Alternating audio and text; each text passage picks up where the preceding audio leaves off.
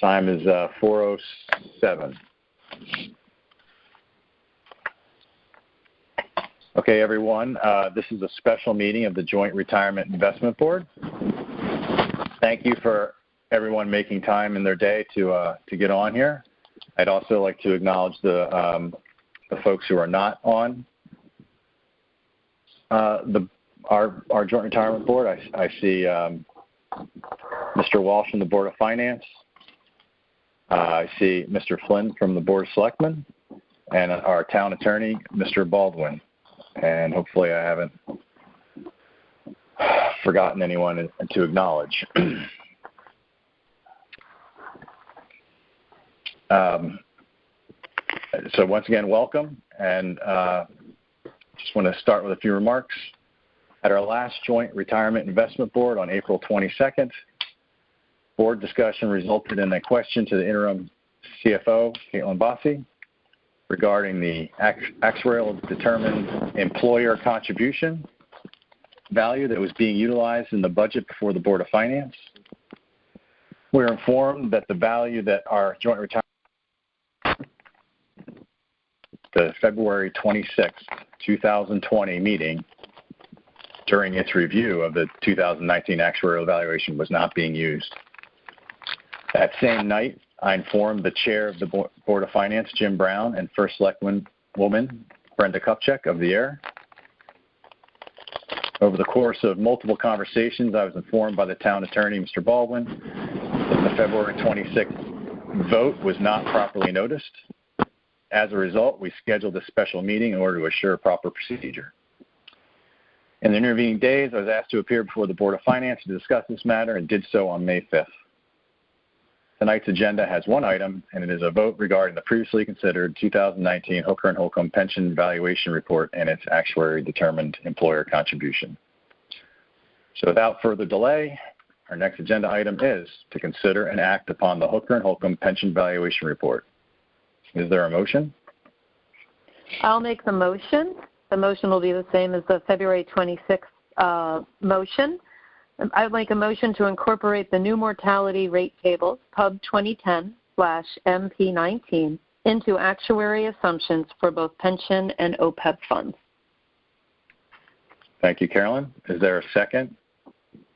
Eric Caliper, I'll second that motion. Seconded by Mr. Caliper. Now I'd like to open up for discussion among the board.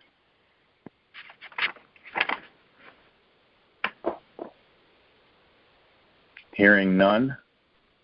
Brian? Discussion, sorry, yes? Mr. Brashfeld? Yeah, thank you. So you guys hear me. You got, Brian, thank you very much for running this meeting. I was the chair of that February meeting because you were, I think, in Texas, if my memory is correct. And I just wanted to let the rest of the board know that I'm available to answer any questions as I was the chair of that meeting. If people think it's of value, I have the minutes from that meeting in front of me, and I highlighted a couple of things that I think were pretty valuable as part of our discussion. So with the board's permission, I thought I could read, it's about just about 6 or 7 sentences, if everybody would like me to do that. I would sure want that. I actually think that, yeah, I found this valuable, and I don't know if they get lost because the vote wasn't properly noticed. So yeah, I would appreciate those going on the record again. Sure. Thank you. So first of all, I'd just like to say that our new secretary, Chris, is doing a fabulous job. The minutes are extremely well taken, actually, and it's not a hollow compliment. It's actually very valuable. So thank you. So I just highlighted the following. No problem. Of course, we had the Hooker & Holcomb fellow, Stefan, at our meeting. It was noted that people are living longer in retirement and that the town needs to address this in their assumptions. It was noted that in the handout, the newest and greatest mortality rates tables, 2010 MP19, have been incorporated into the charts. Currently, the town is using mortality rate tables in the assumptions that are 20 years old. Then there was discussion followed, including, I'm just going to read three paragraphs. I can't pronounce Stefan's last name. Anybody can help me with that. Mr. Chikurda stated that the current mortality rate tables being used by the town are 20 years old, and that these new mortality rate tables are the newest and best tables available, and the indication that the private sector retirees are trending to live longer in retirement. I think that means should have been public sector, by the way. The other paragraph is the potential possible negative effects to the town credit rating should the board not institute the newest, most current mortality rate tables. And finally, the fiduciary responsibility of this board to ensure proper funding and best practices for the pension and OPEB funding. So I'm not reading those with any subjectivity. I'm simply reading back what was discussed at our meeting and what I think was an important range of comments that helped us come to a decision on our vote. That's the only purpose of what I'm reading. So go ahead. If you want to open the floor to other comments, that's fine with me. Thank you, Mr. Brackfeld. Are there any other comments from the board? Brian, I have a question. Oh, hold on one second. Sorry, Mr. McCarthy. Mr. Kelly, Walter Burke just texted me and said, are we having technical problems? I'm on hold. Is that possible? I didn't think you... think so, no. Yeah. And Brian and Town of Fairfield, I just received notice that people are trying to listen in and they have been unable to connect. So I don't know how to rectify that. Brian, are they maybe trying to hold on. Hold on. The IT guy's talking. I think it might be because are people maybe using the wrong... I'm going to ask Walter if he's using the WebEx dial-in and not the conference room bridge. If we could verify if people... But I don't know about the other people. If people are looking to dial in Brian, just to listen, they should be calling 701-801-6166.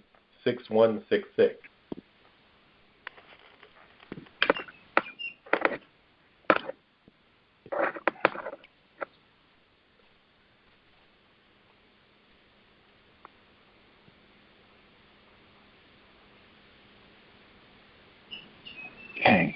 Walter says he is using the WebEx dial-in.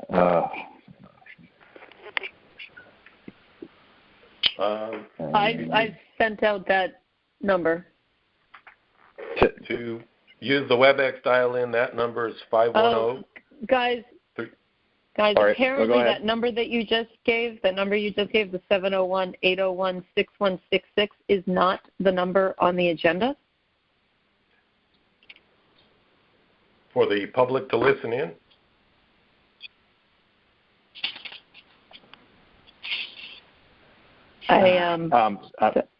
Mr. Kelly, if you just give me the one for Walter so we can participate, and then I'll deal with one thing at a time. We'll have him dial 510. Yep. 510-338-9438. And when prompted, he'll need to enter the meeting number. Meeting number is 624-512-956.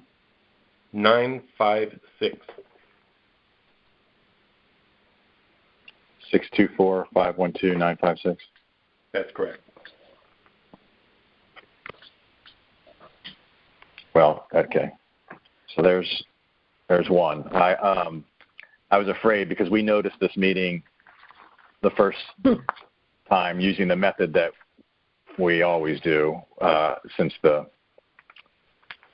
COVID procedures, which is really using the town's conference bridge. And then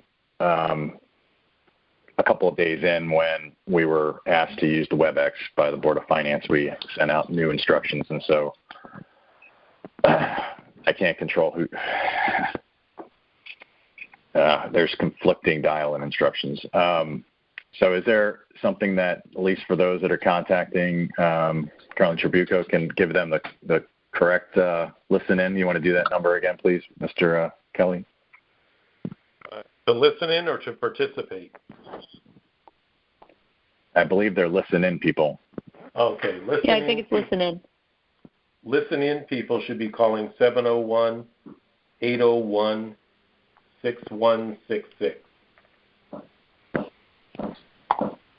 Okay.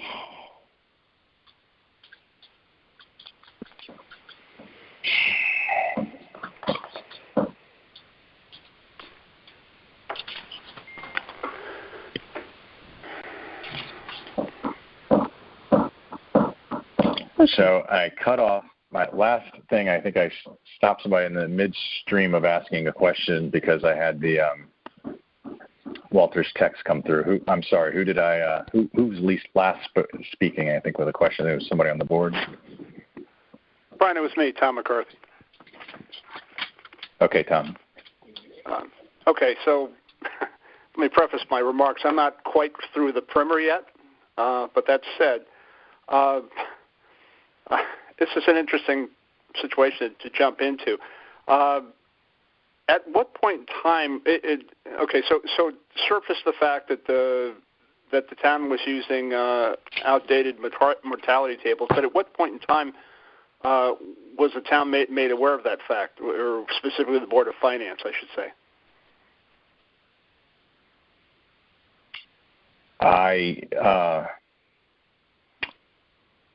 Well, to my knowledge, when I sent my email on the night of our meeting, which was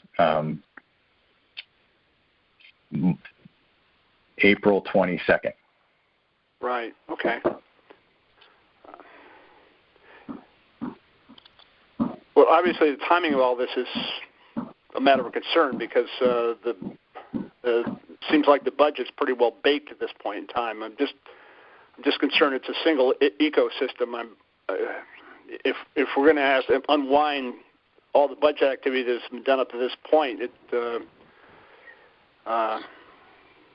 seems like a lot of ergs. But again, that's my 2 cents for the time being. I'm just concerned about again, as I say, the timing of all this couldn't be worse. Can I speak? Brian, are we? Yes. Are we? How are we? Are we going like through the chair to? How are we? Are we just going to do like our normal meetings? I see your hand up, and I see your hand up, and I acknowledge you. Okay. So, Mr. Bucco. So I have, thank you. Regarding the timing of this, I cannot imagine that there will ever be a good time to do this. At our February meeting, when this information was presented to us and we discussed it, we spoke at length, given the fact there was the fill pile issue out there, how we were going to time it, and it became very clear around the table in February that is not our role. That our role rather is to be the stewards, the trustees, the fiduciaries of the pension fund, and we would operate under the timing of the pension funds. It's not often that we're presented with a new mortality table, but it's one of the most important things that we can do as members of this fund is to try to get the numbers of the long-term cost of maintaining and operating this fund as accurate as we can. And it became apparent that our role as members of the pension fund was to look at the mortality tables as an absolute sense, and that was the motion we made, and that's why I made the motion. So I'm happy to discuss timing, but I don't think we should try to time things other than as best we can as for the pensioners and for our role as the trustees of this fund. Thank you. Any other comments?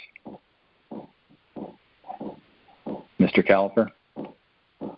Yeah, just one point. I thought I'd send, I know that through the Board of Finance, they have a blanket email address, bof@fairfieldct.org, and I'm pretty sure I sent an email that night after Stefan's presentation saying that the pension board had adopted new pub tables and that those were not presented during the meeting. But I never got a response. Thank you, Mr. Calburn. And I would just say that this meeting, if you go with the timeline, it was February when we adopted these numbers. So the fact that it came up again in April was not something that this body did. We were informed at that point that our number was not used, but we didn't choose to have it not utilized for 2 months. And it's come to my attention that in that period, there was a presentation there was a consideration by the Board of Selectmen and the presentation of the Board of Finance, but somehow the number wasn't utilized either time. So it's not really for us to address how that happened. That's outside our purview. And once again, we're adopting a number for the benefit of the pension plan and the retirees. It's not to tell the town has to do what the town has to do with funding. We don't ever get involved in that decision. It's just, we don't, and we shouldn't. That's not our role. It's not, we don't control the purse strings or the taxing authority or any of that. Our sole focus is to have it actuarially reviewed, look at the reasons behind that annually, and then adopt the number. And that's exactly what we did. It's what we've done the past 10 years that I've been on the board. Mr. Vahey? It's Brenda. First, Madam Select-Woman. Was the mortality tables discussed last December with the former first selectman? The mortality rates and tables? I do not know what happened on the town side. It's not our... At a pension meeting? No, we did not. Our December meeting, we went, we elected new members, signed our conflict of interests. I have to go back and look at the agenda, but no, we haven't. Anytime that we consider stuff like that, we generally have the actuary in the room. I will say, Madam Selectwoman, that the way I believe the process works is there is communication since we all have regular jobs, and this is a volunteer board. The town handles much of the administration, from paying the benefits to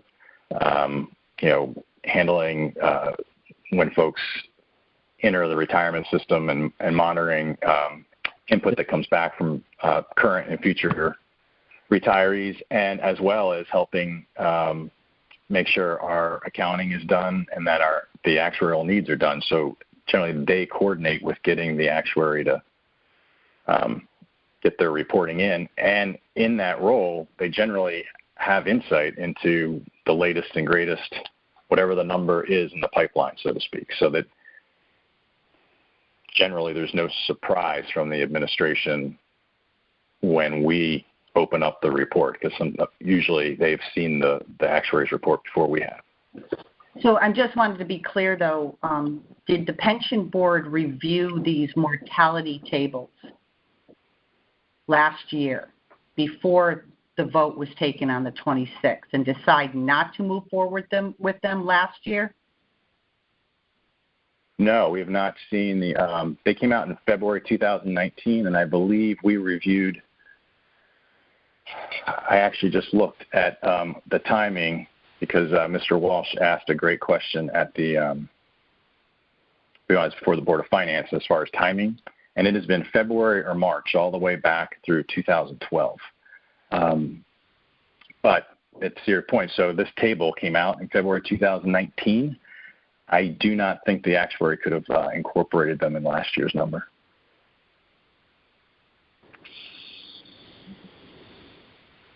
Does that answer your question? It was just my understanding that the pension board did look at these last year and discuss them. That was my understanding. Brian? Mr. Vahey? Mr. Bucco? Yes. So I distinctly remember we didn't discuss in detail the mortality tables, right? We didn't look into the specific numbers, but we were made aware at that meeting that new mortality tables were coming out that were going to be separate and distinct private sector retirees versus public sector retirees, and that the Actuarial Association itself was embracing those new tables, and that we would be watching for the adoption rate of those tables among our peer group. And we asked the question then what the adoption rate was likely to be, right? And it was well below 50%. And we discussed, it may not have made it into the minutes, but we did discuss at what point it would make sense for us to incorporate them because the society itself was endorsing them and felt it was more accurate portrayal of our funds. Do you remember when that was, Carolyn? I don't. I'd have to go back, but it was the last time the actuary was in. Right? We don't see him every meeting. Right? It would have been when he was last in. There's a great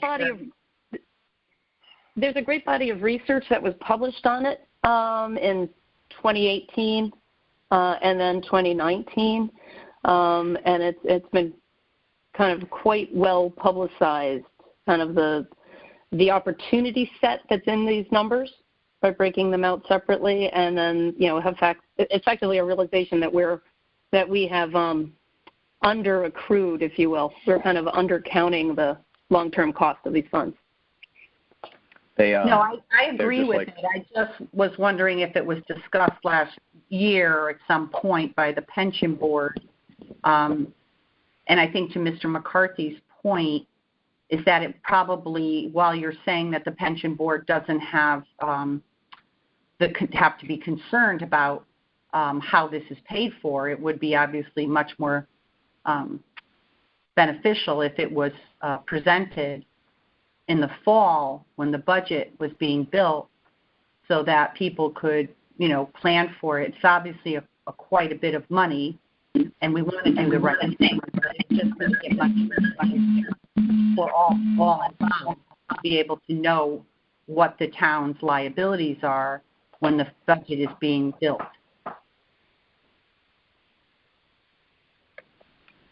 It's a great point, Madam Selectwoman, and I would just encourage in the future that you initiate those conversations, and if you have questions about what the body might do, you are, as chair of the Police and Fire, a member of our Joint Retirement Investment Board, and you can bring that question before us at any time. We'll put it on the agenda so that this doesn't happen again.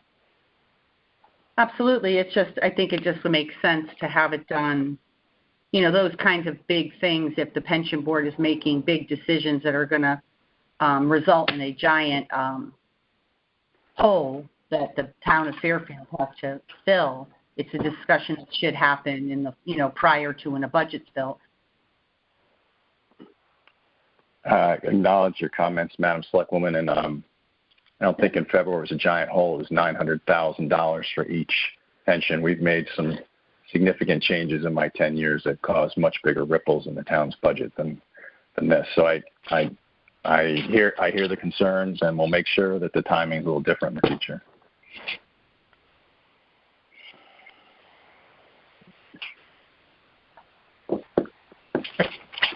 Mr. Barthel? Yeah, and I just would say that just to understand correctly, the timing of the appearance of the actuary is something that the town generally schedules. Is that correct? It does, and we will work together. I think I've told the Board of Finance, and I think I've mentioned to several members of the Joint Retirement Investment Board, I roll off in November, but to me it makes a lot of sense, as the Madam Selectwoman said, awareness and understanding of all the issues. The actuary doesn't care when they're tasked to do the valuation report. And we have our December meeting is actually a lot of house cleaning or housekeeping items as far as the board's concerned, as far as electing new member, new chair and vice chair, and our conflict of interest. It could be a great time to have our actuary in and all that holiday cheer and reviewing actuarial numbers. So okay, that's what we'll do this year. Okay, I'm going to mute this again. Are there any other comments from the board? Seeing none, I'd like to open it up to comments from our guests.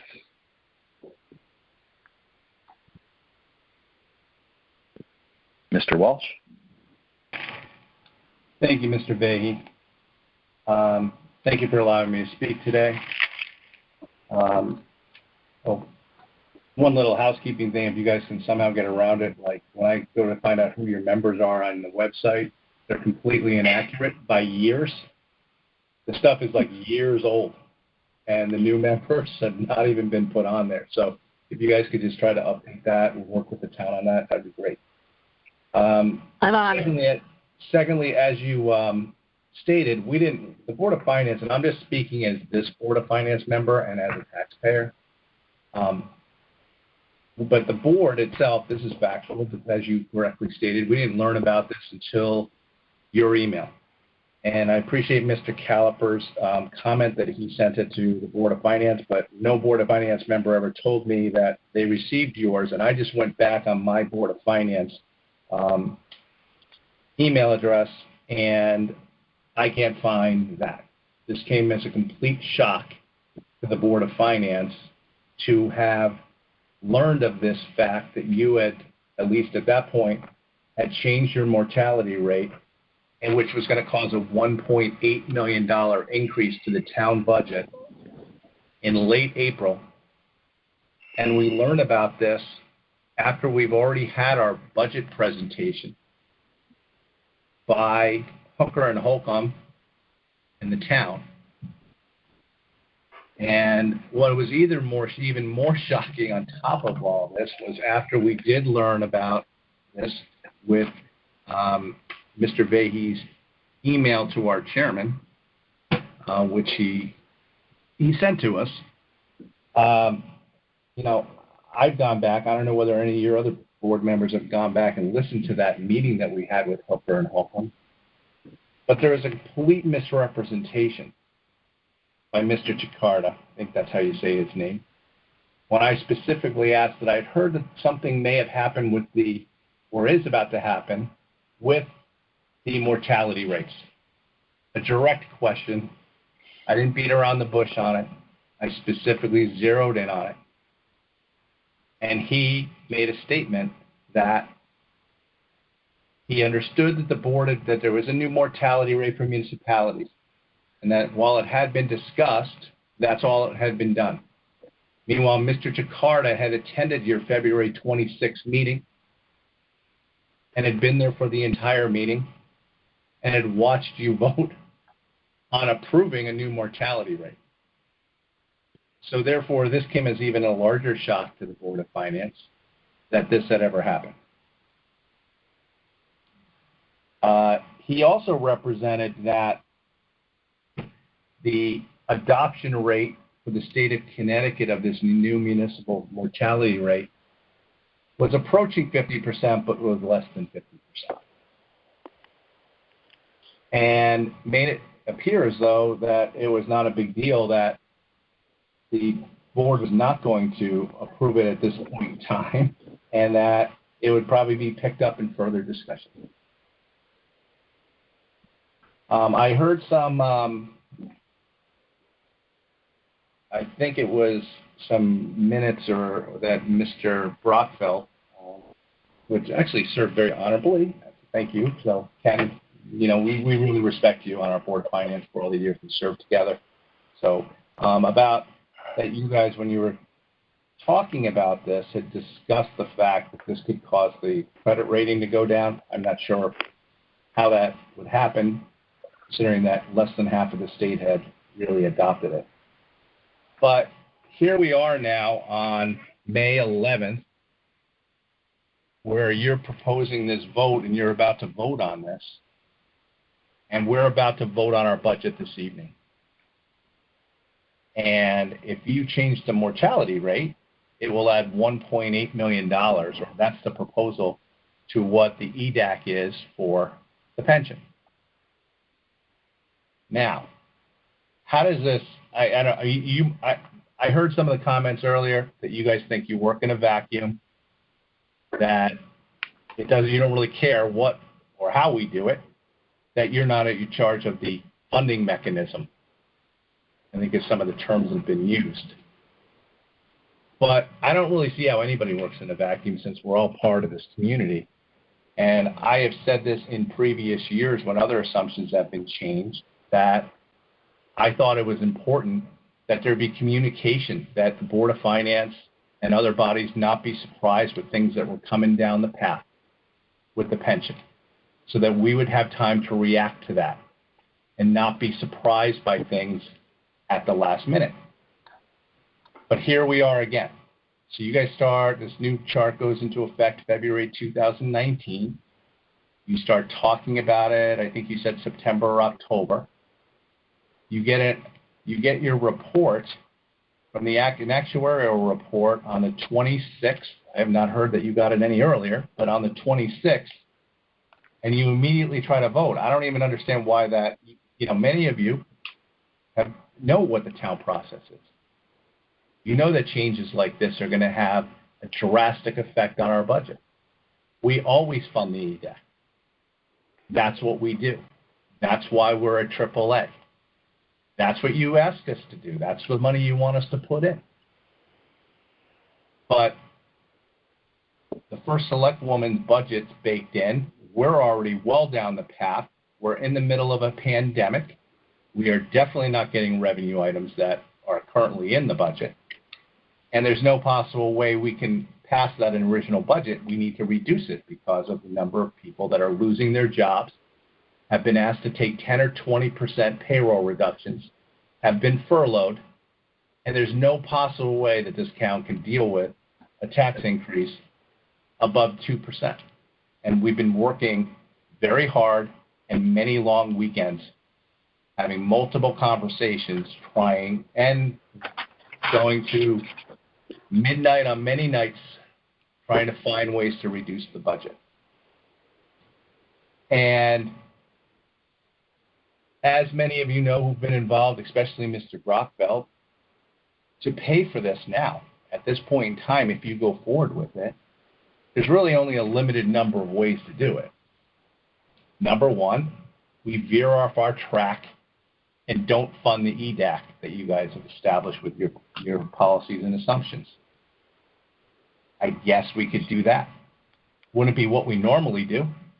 And it's the first select woman has told us, talking with her finance people, AAAs just don't do that. So we are getting our finance people in there tonight to talk to them about that in case you go forward with this. The other scenario would be to increase taxes to cover the $1.8 million. So I had my chairman reach out to the finance department to figure out how much things would have to go up, and we got a number saying that every 0.1 of a mil is between $110,000 and $113,000. So if I do the $1.8 million, it's an increase of 1.6 mils to the taxpayer. In the middle of a pandemic, with unemployment above 30% and GDP contraction by what is anticipated to be 30% this year. I don't even know how we do that. We could borrow the money, I guess, pay interest on that for 20 years. Or we can make cuts to the budget, which is probably the most direct result we would have to do out of all of those. So $1.8 million, let's just, for round purposes, say we spread it equitably between the Board of Education and the town. The Board of Ed's approximately 2/3 of our budget, so we would have to reduce the Board of Ed's budget. These actions, if you take them, we would have to reduce it by $1.2 million. That's real dollars to these kids.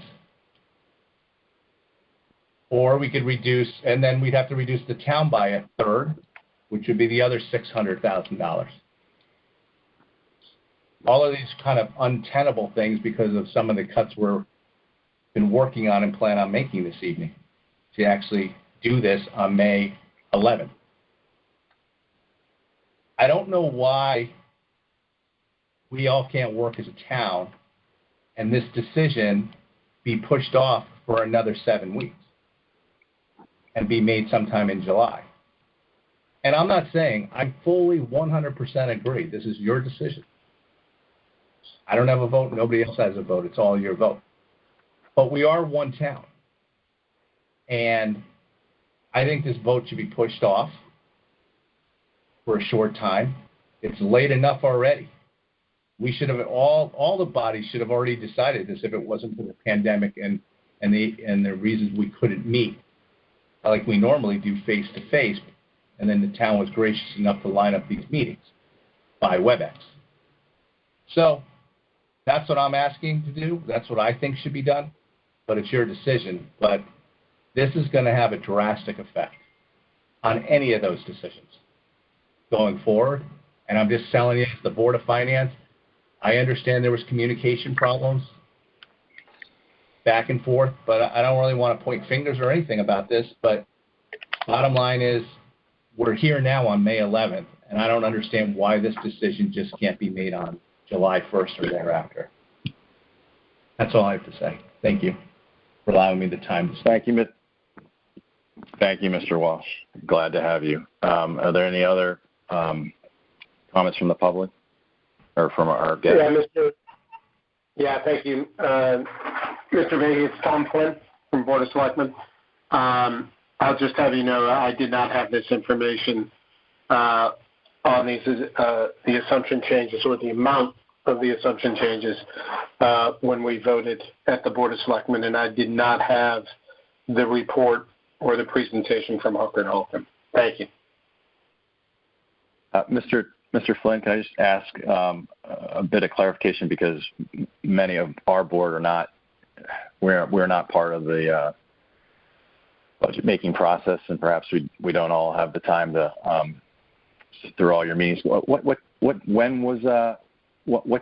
date did you have that meeting? It was in the first 2 weeks of March. I don't remember the exact date, but being that I was on the Board of Finance for so many years, and we spent so much time on long-term liabilities and funding the pension, and actually started to fund the OPEB during that time, it's a subject matter that I was pretty familiar with.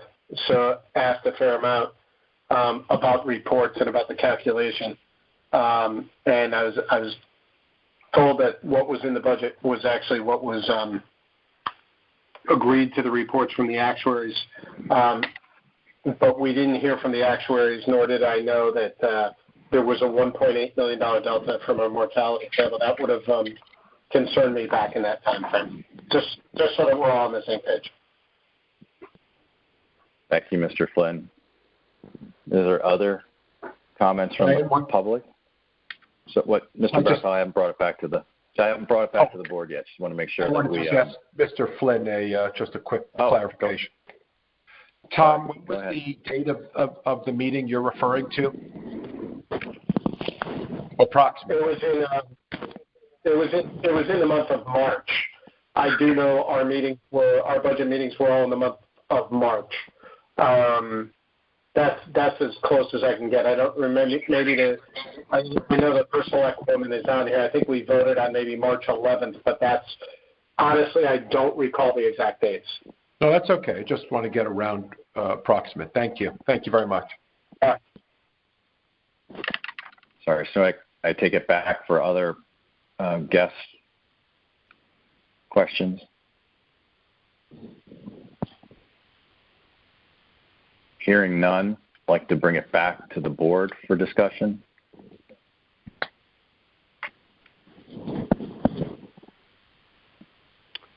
So if I raising my hand here, Brian, Mr. Bucco, thank you. So I'm really proud of the fact that Fairfield has a AAA bond rating, and I might be one of a handful of people who reads each of the rating agencies' reports and reads the CAFR every year, and I'm qualified to have a view on it, I believe, professionally. And adopting these mortality tables gets us closer to the accurate representation of what our long-term liabilities are related to our pension funds. Recognizing a liability is not the same as allocating current cost dollars necessarily. These, to me, are two different things. And investment vehicles like pension funds are funny vehicles in and of themselves. These are long-term investment assets. And the thing about finance, as everyone knows, is it's as much about money as it is about time. And not to adopt mortality tables when they're presented to us that give us a better sense of what the actual cost is to have these investment vehicles. I think to me that it doesn't matter when it comes. When we have an opportunity to navigate by better instruments, we navigate by better instruments, and that's what this is. I welcome the discussion that can happen apart from this board about how much of it to fund, when to fund it, how to set a plan. I disagree that this puts us this is a drastic effect on our budget overall. I think that there are wonderful ways to think about it financially that you can get to, but I think that's outside of what we're trying to do here at the pension board, which is try to navigate by the best set of tools that we can. Thank you, Mr. Vico. Anybody, Mr. McCarthy? Yeah. First, I say I can't disagree or argue with either the points that you, Brian, or Carolyn have made. I fully understand the responsibility of members of this board is to the participants, but at the same time, I don't think we can ignore the fact that it's a common ecosystem. That is my belief, and I may believe differently a year from now. So, I mean, to some extent, I can't say that this disruption is not our problem as members of the board. And again, I'm coming back to the time, and Carolyn's right. Yeah, no time is good. It's like taking vacation. There's never a good time to take vacation. But given the fact that the Board of Selectmen is due to vote tonight, I think this is more than just bad timing. I'm very uncomfortable with how this is happening. Now, add to that the fact that, as I understand, only 50% of municipalities have accepted these mortality tables. I don't see a sense of urgency to do this right now. And I would incline to agree with Mr. Walsh because he makes valid points as well. I don't know that by delaying this decision till July, that necessarily means we're abdicating our responsibilities to participate in the program. And again, look, I'm brand new. I haven't even finished reading through the primer yet. That's just my take on it right now, and I may have a completely different opinion a month from now. So I'll qualify on my statements of that. That's the last I said. Right now I'm having a hard time getting comfortable with it the way it is. Thank you, Mr. McCarthy. And I acknowledge it's a lot to the fiduciary thing. Is I will just say one while I have this opportunity because Mr. Walsh brought up a point and you bring up a point, and it's I'd like to remind all those listening how these bodies were assembled and why. And I think it's a great education point that I hope I think my board does understand it. This board does understand it, and that is that whoever constructed it was a great job because it's constructed of the two smaller police and fire and town employee pension boards, and those boards are assembled from a combination of town administration. So we have the CFO and the first selectwoman on those various boards, and we have union representation from the various unions that are of the employees, and then there are people taxpayers at large that are nominated to serve. And I think you have all three constituents. You have the taxpayer, you have administration, and you have the actual employees. And this sort of discussion that we're having on items that affect, right, we are one ecosystem. And I tell people, I pay taxes. So, I mean, this this is going to impact me and my family this year and years going forward, because this particular mortality table that we're adopting, it's not a one-off decision. This is a long-term liability. Matter of fact, we amortize over 26 years. So as the actuary stated, the Board of Finance, and I believe I wasn't at our February meeting when he made the presentation, but this doesn't go away, and it actually accrues.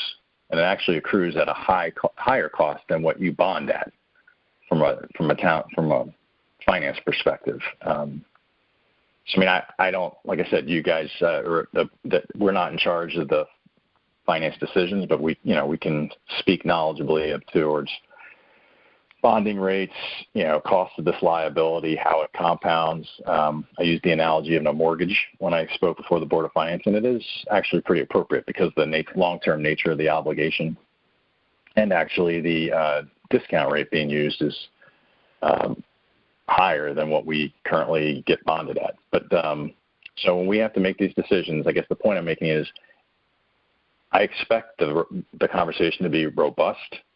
I expect there to be dissension because it's not all the interests aren't always aligned between those three parties that compose our boards. And I mean, we see it when we do discount, when we go through major things that can impact the town taxing base. Discount rate would be another one, and I went through that. We went from 8 down to our current 7 over my past 10 years, and several different iterations as investment returns have come down, and that was that was painful. Mr. Flynn, I can remember the other people that it was about. Mr. Walsh, I know when that we rolled that out, it was similar type of conversations. I do not recall whether those votes were unanimous, but it was significant, thoughtful conversation. We as a board acted prudently, I think, in those situations. I think the same sort of conversations, according to Mr. Brackfeld, because once again I was not at the February meeting, but it's kind of in the minutes that thought process had taken place. And that's how they voted the first time. And so it's not that people are ignoring the ecosystem. It's not that we're in a bubble.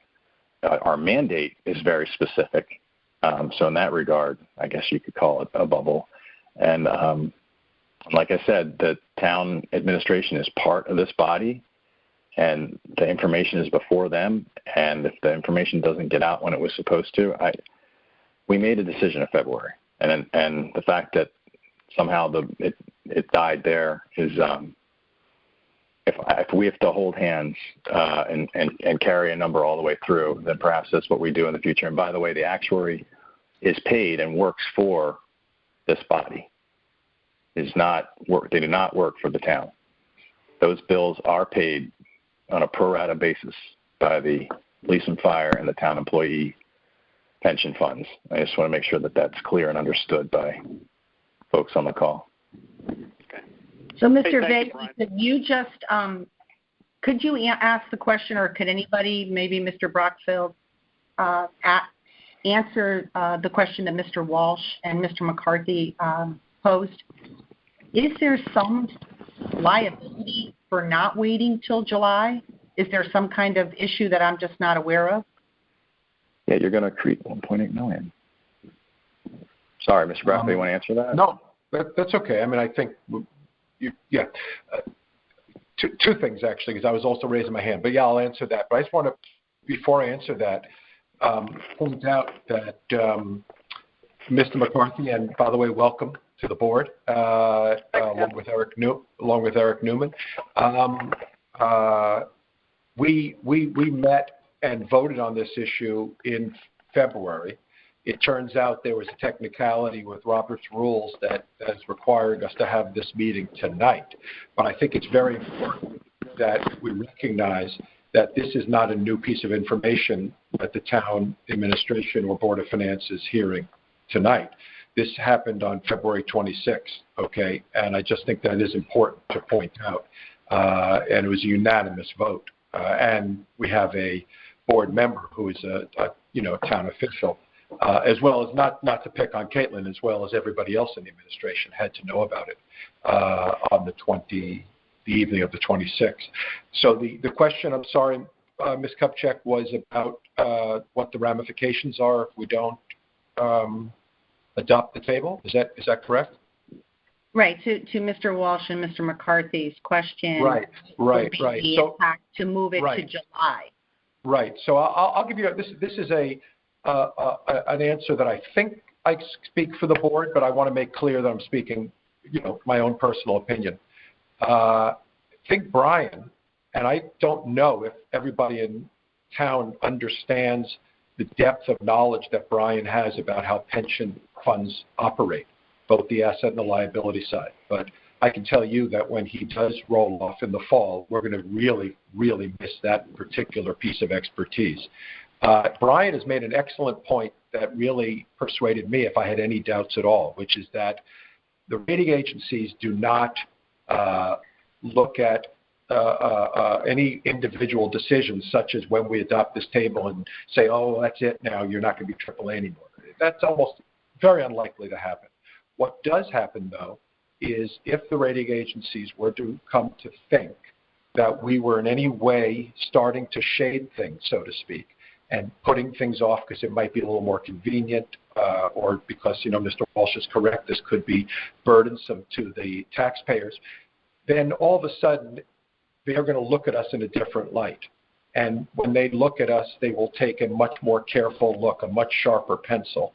And maybe the next time we do something that might just be a little bit questionable, they won't have the tolerance that they used to have.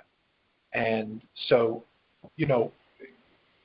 Brian, am I making this reasonably clear? There's no real answer. I apologize. I wish I could give you a more exact answer because I think it's a very good question. Don't get me wrong. But I don't think that there's any individual data point that would cause the town to lose its AAA rating.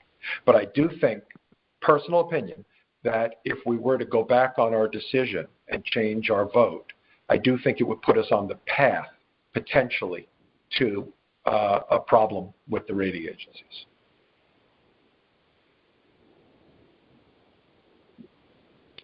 Financially, you would just accrete. And financially, you just accrete a number. So it's not like you get to go away. The $1.8 million doesn't go away. You're just going to pile it on to next year's. Right. And then just to add on what Brian's saying, correct, is that since we're making an assumption of a 7% investment return, whatever problem we have today is 7% worse when we get around to it next year. Financially, I think.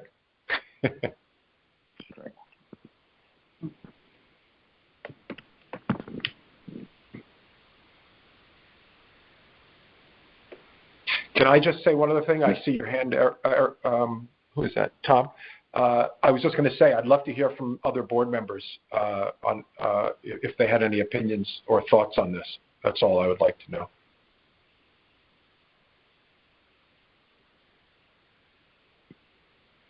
Yeah, Tom, this is Scott. I mean, I agree with everything that Carolyn said.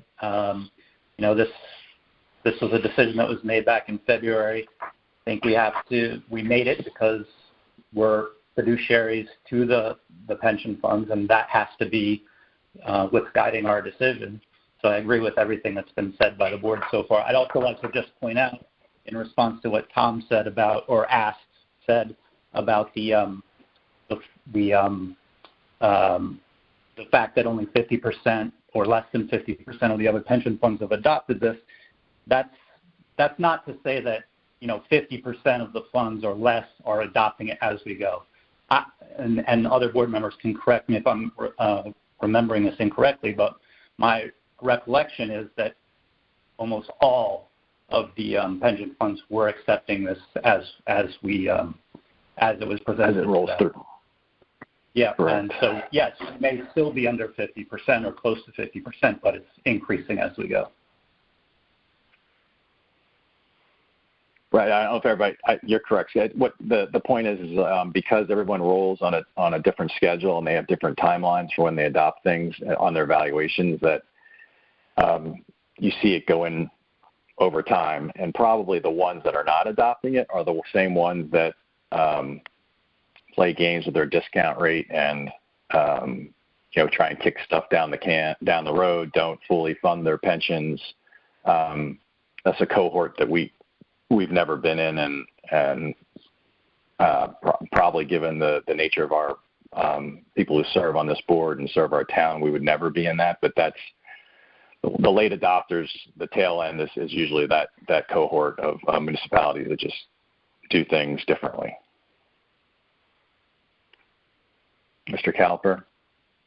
We'll do Mr. Caliper, and then we'll get you, Tom. Yeah. Yeah, so just about the timeline of adoption, I think that, again, we did adopt this on February 26th, but we also have to look at what's on our plate in the future. We just recently hired a new outsourced CIO. Under that time, we're going to be reviewing our asset return goals.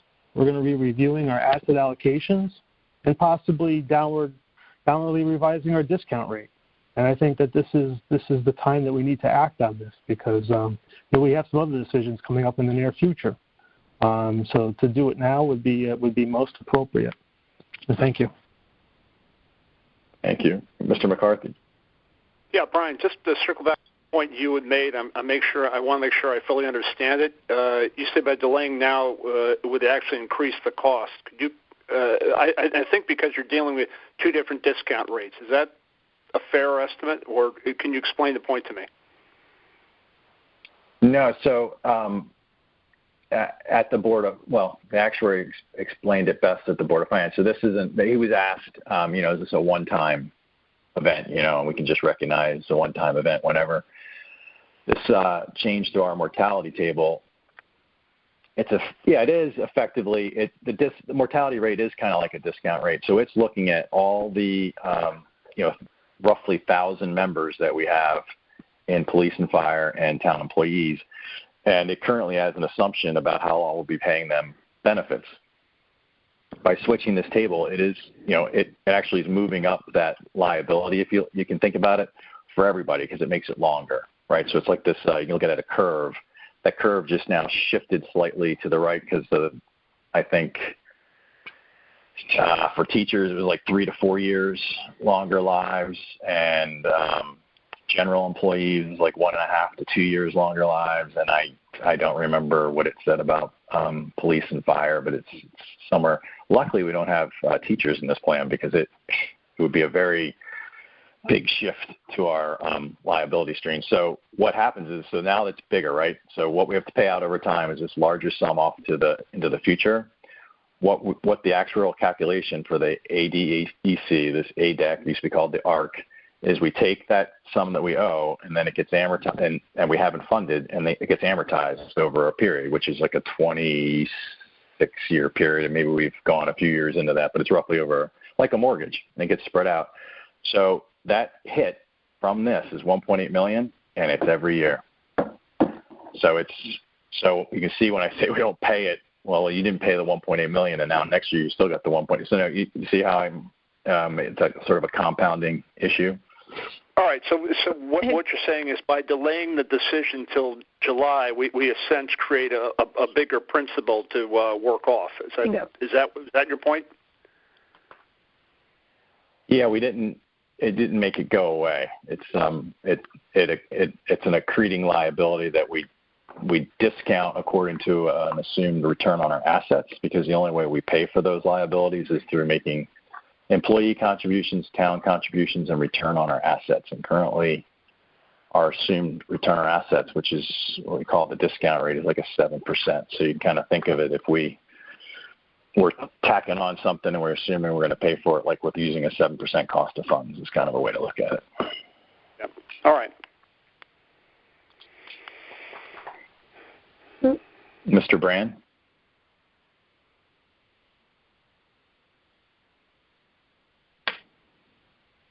Sorry. And mine's tangentially, and I'll bring it back, and if it's not relevant now, please let me know. My concern is that, I thought in good faith that we come to these meetings and we have done the proper procedure, and that, when we voted in February that we had followed the proper rules and procedures. And going now, how do we know that any vote that we ever took at any time is not called into question. And I appreciate Mr. Walsh when he said that we're all on the same team, and I do, and maybe the information we had back in February compared to what we have now is different. But the ability for anybody to say, well, that vote didn't count, and take it 3 months later and with new information. So I don't know if it's relevant right now to the specific topic, but how do we know that all of our meetings are noticed properly, that our votes are proper, so that, one, this doesn't happen again? Because when I voted back in February, I had the information I had at that time. I felt very comfortable with that. And, again, now that what Mr. Walsh said, I can understand that that's a concern. But to say, hey, times have changed, we're getting a do-over 3 months later, doesn't really sit well with me as well.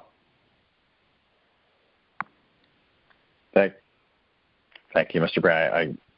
I see your point.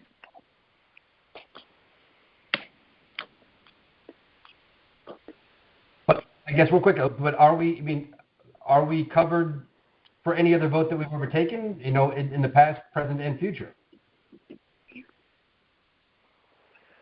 Our vote was bad that we took on Vanguard. That was not, someone could come back and say, well, we got to revote on that. So what you're asking is noticing FOI and following FOI rules.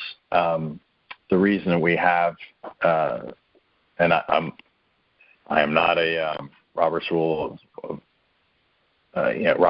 expert, but the nuance being pointed out here is that we have Hooker and Holcomb come every year, and we do consider the report every year. The agenda should have said here consider and act, and if we thought we were going to take a vote, or during that meeting after hearing it and having something that we needed to vote on, since it was not reflected beforehand in the agenda, a 2/3 vote of the body should have been held to modify the agenda to acknowledge a vote being necessary and then voting. So that's good for all of us to know, because as the chair or vice chair, when we're running this, we're not perfect, and all of us would prefer not to have to go through this, and that's just how we got here. And so, just keep a closer eye on how we enact. And anybody at any given time in a meeting, please feel free to raise your hand and say, "This isn't on the agenda, Mr. Vahey. Perhaps do we need to add it?" And then we'll go through that process I just mentioned, and we can make it right. Okay. Thank you. I appreciate it. I just wasn't sure. That's all.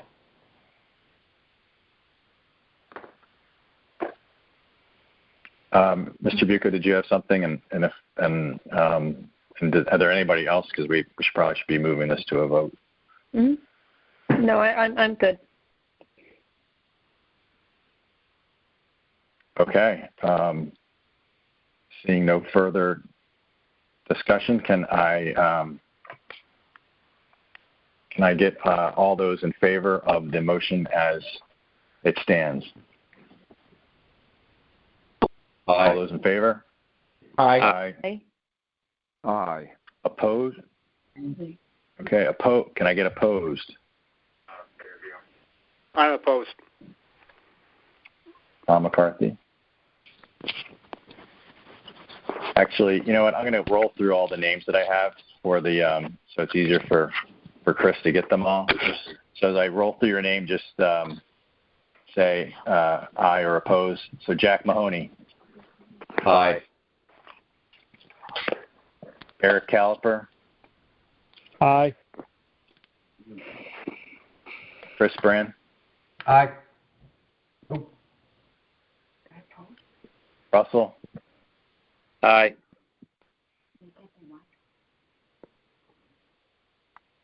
Mr. Bucco. Aye. Mr. Brackfeld. Aye. I see Mr. Ryan.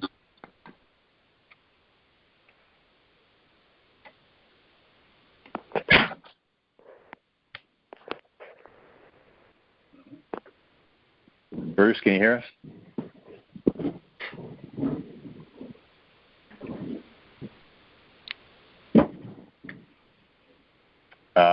Okay, I'll catch Mr. Burke. Aye, Brian. Okay, I'll make sure I'm not forgetting people here now. Mr. Pollack? Tom Conley. Scott, aye.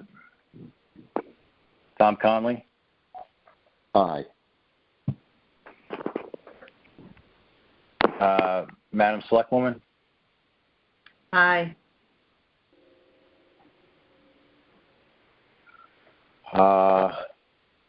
And that's a Ms. difficult Fossey? aye, by the way. Just want to, for the record. What is it? It's understood. Thank you.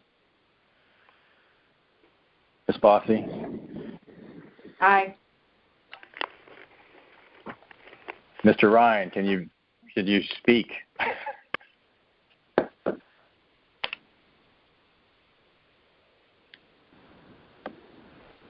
Hello? Maybe not.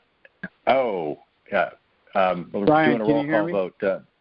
We can. Brian, can you hear me? Yes, I can. Answer. Are you an aye? Aye. Thank you. So I think, Chris, do I have everybody? Because I don't know if Mr. Newman's on the phone. So it would be the only missing member, and that's fine. So there, by definition, I don't have any opposed. My own vote, aye. No, you haven't opposed. One opposed. I'm sorry, Mr. McCarthy. Yep, one opposed. Yeah, I was hoping for a layup for my first decision on this board. Actually, you guys, you came in a good. This is not. Yeah, thanks so much. Like I said, this doesn't happen very frequently. Yeah. Well, hopefully, we talked about discount rates and stuff. And experience studies. So we have a couple of things on the fall agenda with the actuary, and we'll certainly get them addressed and in front of all the bodies early. So let me get back here. So next item on the agenda is motion. Do I have a motion to adjourn? Oh, I can do that. There we go. That's a layup. Can I get a second? I'll second that. Thank you, Mr. Brockfeld. Thank you, everyone. Take a vote on the adjournment. So, all in favor? Adjourn. Aye. Aye. All right. Any opposed? All in. All right. So moved. Thank you, everyone.